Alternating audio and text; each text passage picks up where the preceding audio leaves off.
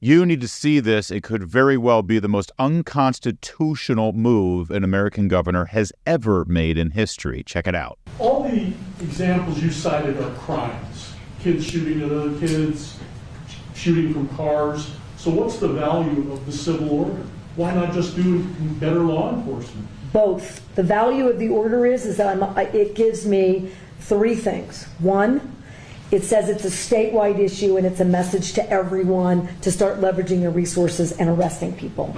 Two, the jurisdictions come at this, including with the DOJ restrictions, differently, without the leveraging and the additional resources, arresting, and where do they go? We got to make sure that everyone is bumping up their services. It's a message to the Metropolitan Detention Center. It's a message to the HMOs. You better figure out treatment. We have been sort of stalled out, to your point. This order basically says, stop stalling out, and to your point, just arrest everyone.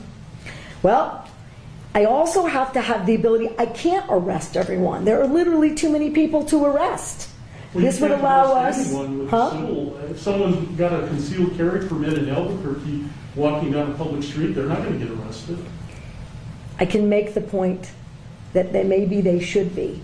And this is the point. I'm willing to do anything and everything within a shred of evidence-based effort. Because if you're not horrified that on any street corner in too many cities in New Mexico, there is someone with a gun sticking out of their waist or their belt. And I'll tell you, if you're a young person, you're not allowed to have a handgun. Well, it's a crime already. I got it, but we won't be able to arrest all of them. So imagine, just in a perfect world, if this was upheld, it gives all of these police officers the ability to focus on the real criminals. Last follow-up. Yeah. But your point is valid. You took an oath to the Constitution. Isn't it unconstitutional to say you cannot exercise your carry license?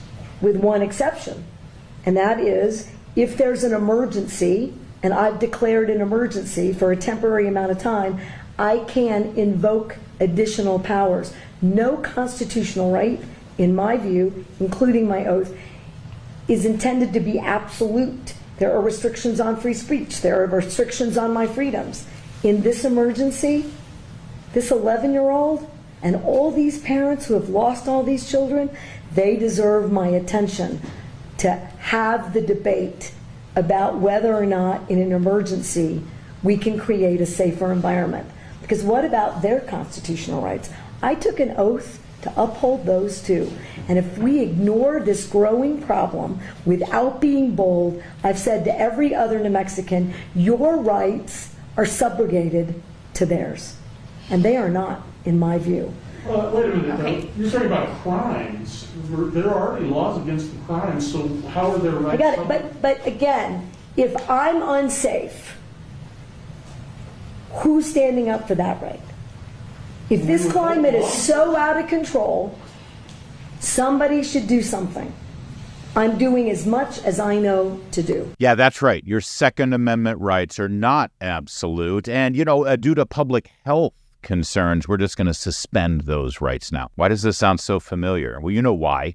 I guess at this point we should be used to governors suspending our rights because of a national health emergency. This is exactly how they rationalized what they did during the COVID-19 pandemic. And yeah, they restricted your ability to public assemblage. They restricted your ability to go to church. They restricted your ability to go to work. They restricted your children's ability to go to school. They restricted whatever they wanted to restrict. And it was all under the guise of national health emergency. And it worked. They got away with it. So why not call for a national health emergency and suspend your Second Amendment rights too? And if this works, well, what else will they take away?